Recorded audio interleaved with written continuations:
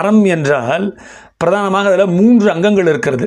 முதலாவது வினை, இரண்டாவது பண்பு, மூன்றாவது நோக்கம். நாம் அறம் செய்ய வேண்டும் என்றால் இந்த 3ம் நமக்கு அவசியம். வினைனா என்ன? வினைனா அந்த ஊழ்வினை இருக்குல்லையே, அது இருக்குது. அது எல்லாத்தையும் நம்ம அறம் செய்ய வேணுனாலே ஊழ்வினை அனுமதித்தால் மட்டும்தான் நம்மளால் என்ன பண்ண முடியும்? அறமே செய்ய முடியும். அது வேற சமாச்சாரம். அந்த அறத்தை, ஊழ்வினையின் பால் நாம் அறத்தை செய்யும் பொழுது 3 அங்கங்கள் இருக்கிறது. என்னது? வினை, பண்பு, நோக்கம். வினைனா என்ன? இந்த சமூகமாக சேர்ந்து நாம் ஒரு விதிமுறையை வைத்திருப்போம்.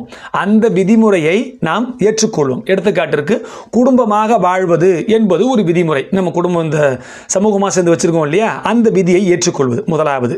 இரண்டாவது பண்பு. அந்த குடும்பத்தை நடத்தும் பொழுது பண்புடன் நடத்த வேண்டும். எப்படி? நான் போயிட்டு காப்பாற்றணும்னு முடிவு பண்ணியாச்சு, திருடி பொய் சொல்லி எல்லாரையும் கொலை பண்ணி பணத்தை சேர்த்து நம்ம காப்பாற்றிடலாமா? பண்ணக்கூடாது. அப்போது அதிலே பண்பு இருக்க வேணும். பண்புன்னா என்ன?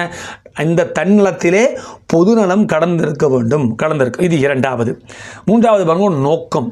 என்னது? இந்த குடும்ப வாழ்க்கையிலே ஈடுபட்டிருந்தாலும் நாம் இறைவனின் திருவடியை சேர வேண்டும் என்பதே குடும்பத்தோடு சேர்ந்து நம்முடைய நோக்கமாக இருக்க வேண்டும்.